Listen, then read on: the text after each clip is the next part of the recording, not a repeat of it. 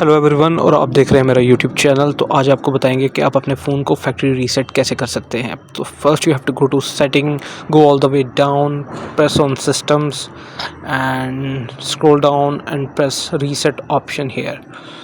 Here you will get the factory data reset option in the end. Press it. Now scroll all the way down and this button is now enabled. Press it. Now confirm your pattern and now press this button, erase everything. Now everything will be removed from your phone. Now this process will take 2 to 3 minutes to erase all the data from your phone. So you can see it's erasing the data from your phone and you're all done. That's how you can remove all the data from your Infinix phone, and that's the way to reset your Infinix phones. Thanks for watching. If you like this video, thumbs up. Please subscribe my channel. Thank you very much and keep watching.